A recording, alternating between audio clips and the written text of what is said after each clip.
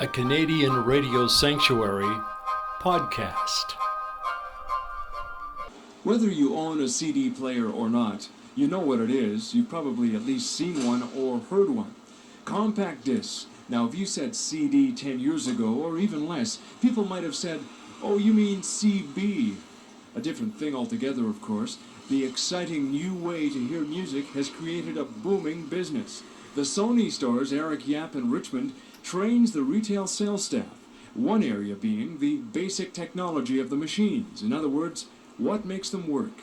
One of the, early concerns when they first came out was, of course, these were the first machines to ever use lasers in a mass market consumer application. And mind you, they were talking about things like 5,000 hours life on some of the early machines, and now it's almost a non-issue because most of the machines now will probably go 10, 15,000 hours. The information, of course, on the disc is in a digital form, like computer data, and you have to convert that back to music in an analog form. And the way you do that can make a difference in how good it sounds, how realistic it sounds. Now, whether or not you hear that depends on how much you appreciate the music, how familiar you are with it, and also the quality of your sound system. Eric says you can take a $1,500 CD player, hook it up to a $500 stereo system, and you won't really hear the difference from that and a $300 CD player on the same system. The overall package, the player, amp, speakers, they have to be fairly good to give the best sound. The majority business opinion appears to be that CD prices won't drop soon. However, Terry Worrell, president of Sound Warehouse in the United States, is optimistic about pricing. He expects manufacturers to lower compact disc prices to retailers and in turn allow greater market penetration. More people will buy them. 2001 Sound Center on Kingsway at Willingdon and Burnaby sells CDs. Salesperson Ryan Tedesco has been there a couple of years. He says he doesn't think turntables and vinyls will die. You still have the audio files, the tweaks as we call them, that will not part with their turntables. To them, a pure analog sound is closer to the real thing than the digital sound. The way they're analyzing it is CD players can tend to sound bright and brittle. However, there's major arguments on this. A lot of people say, well, this is the way we hear, or the way we've been conditioned to hear, and actually CD is giving us a more true sound. You won't see vinyl die. Too many people have $400 or $500 album collections. I mean, there's a lot of money invested into it. You will see it filter out quite drastically, though. The new DAT cassettes in Japan haven't hit our shores yet, but as far as the standard cassettes that we now have in Canada, Ryan feels that they'll be around for a few years yet. As the CD industry hums along, looming on the horizon from the land of the rising sun, Japan, the country that gave us Datsuns and Toyotas, is a possible challenge to CD.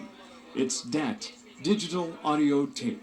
Harry Boyce of A&B Sound believes that DAT will be a short-lived stopgap measure. Because first off, it is emulsion related. In other words, it is magnetic recording tape. There is surface contact, there are motors, there are tape alignments, there are all the other critical factors normally associated with most tape-related mediums. So as far as an optical system by comparison, like the compact disc or any type of laser disc, be it a video disc or an analog or an audio disc, I should say, the difference is that there is friction, there is contact. Digital audio tape will not allow you to record directly the digital information from the compact disc.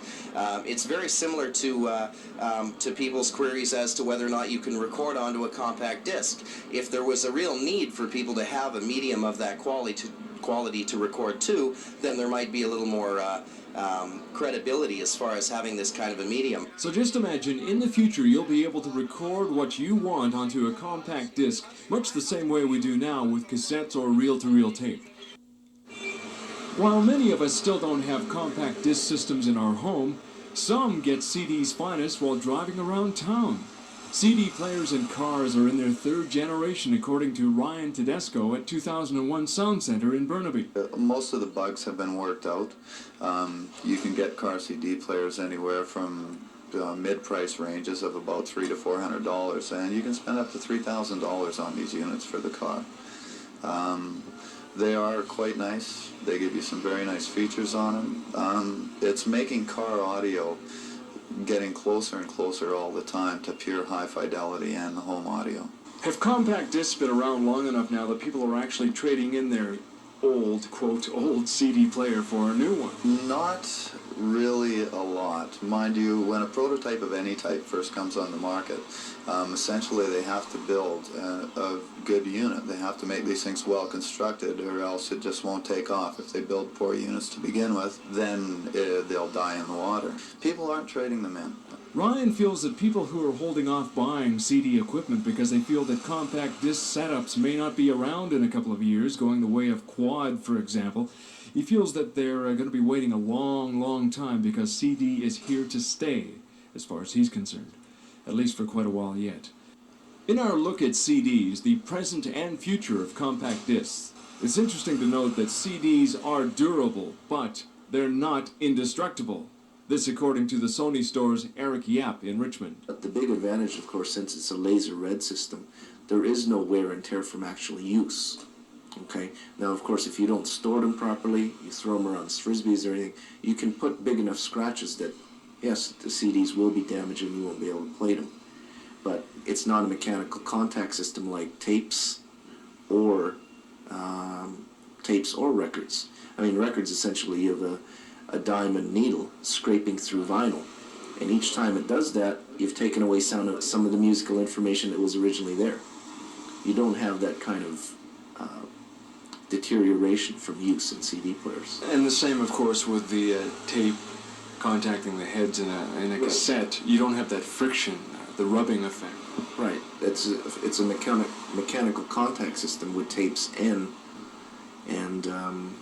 vinyl records, which you don't have with CDs. But if you take care of it, that CD 10 years from now is going to sound as good, or as bad for that matter, as it did when you bought it. Whereas that's not the case with a record or a tape. Eric Yap says a big misconception is that all CD players sound the same. They don't. Digital filtering and tracking control over laser and air correction systems can vary from unit to unit and makes the difference in quality. Many audio experts say compact discs are here to stay.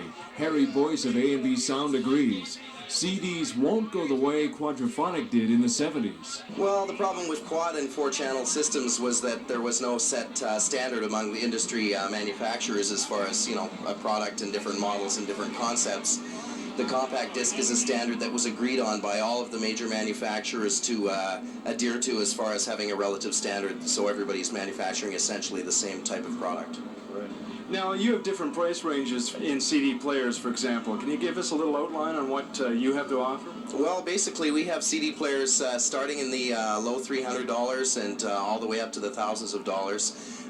Basically, they're all different machines of doing essentially the same thing. Some machines have better circuitry, a little more discrete circuitry. Some machines have better error correction as far as the accuracy with which they read the disc and produce the sound thereof. There's programming capabilities, there are cosmetics, of course, there's different aspects as far as convenience, remote control, panel control, different functions such as things like that. What about players in cars? Again, they're essentially, they do the same thing, they're just a little bit different. They have to be a little less susceptible to inherent vibrations and other things. Harry says in cars, the correct mounting and suspension of the CD player is so very important. I'm John Oliver.